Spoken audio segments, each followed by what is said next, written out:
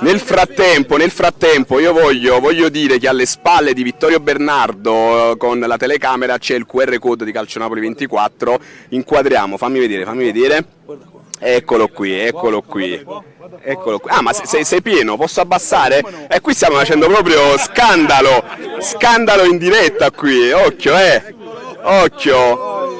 Ah, aspetta, ma proprio con le iniezioni sangue napoletano. Questo me l'ha fatto Lozano a Castel di Sangro. Allora, dici in diretta, in esclusiva, dove ti farai il tatuaggio del terzo scudetto? Qua o sul polpaccio? O da tutte e due parti?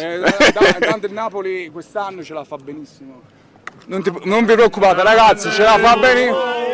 Poveri, e volevo rispondere una cosa a quel ragazzo là che mi sta simpatico Non c'è cosa più bella che amare i colori della propria terra. Ragazzi, noi siamo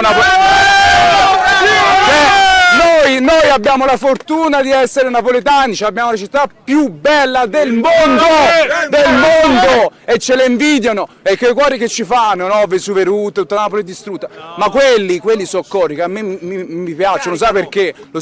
Perché sono invidiosi di avere la nostra città, che è la città più bella. E poi complimenti a questo signore qua perché grazie mille. Due palle, lo posso dire? Oddio, 2P quando intervista le persone, veramente. Grazie mille, troppo gentile. Tu intervistato pure il ragazzo di Lucca, quello là. No, era il mio collega. Ah, il tuo collega, quello con gli occhiali. Siamo tutti un po' coraggiosi. Forza Napoli sempre, quest'anno ancora di più. Adesso veloce, altrimenti ti becchi un raffreddore. Dai. Allora, abbiamo visto. Inquadriamo.